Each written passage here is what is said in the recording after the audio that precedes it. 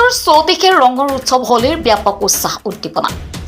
ৰাজ্যৰ সমান্তৰালকৈ ৰঙিয়াৰ বঙালী কুচিত তিনিদিনীয়াকৈ আয়োজন কৰিছে ৰঙৰ উৎসৱ হোলী। আনন্দ উল্লাসে বিৰাজ কৰিছে ৰঙিয়াৰ বঙালী কুচি অঞ্চল।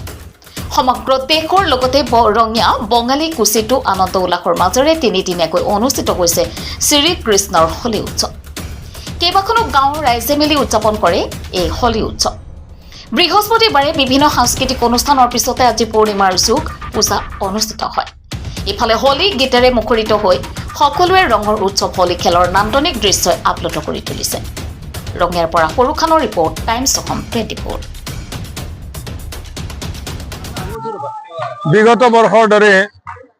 বিগত বৰ্ষৰ দৰে এইবেলিও বঙালীকুছিৰ ৰাইজে ধুমধামেৰে হোলী শ্ৰীকৃষ্ণৰ হোলী উৎসৱ দোল যাত্ৰা পালন কৰিছে।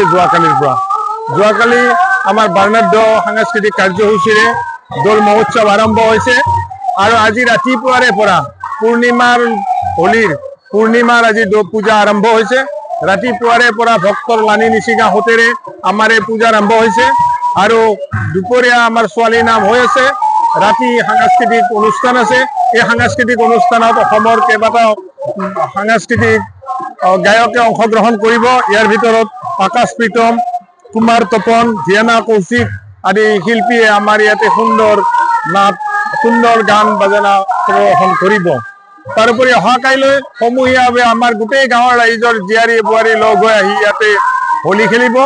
আমি আশা ৰাখিছোঁ এই হোলীত যথেষ্ট সংখ্যক জনসমাগম হ'ব। আমি স্বতঃস্ফূৰ্তভাৱে এই অঞ্চলৰ ৰাইজ ওলাই আহে হোলী খেলিবলৈ। আমি ৰঙিয়াৰ সকলোকে আমন্ত্ৰণ জনাইছোঁ, ইয়াতে আহক, হোলী খেলক আৰু আমি সকলোৱে আনন্দ উপভোগ কৰোঁ।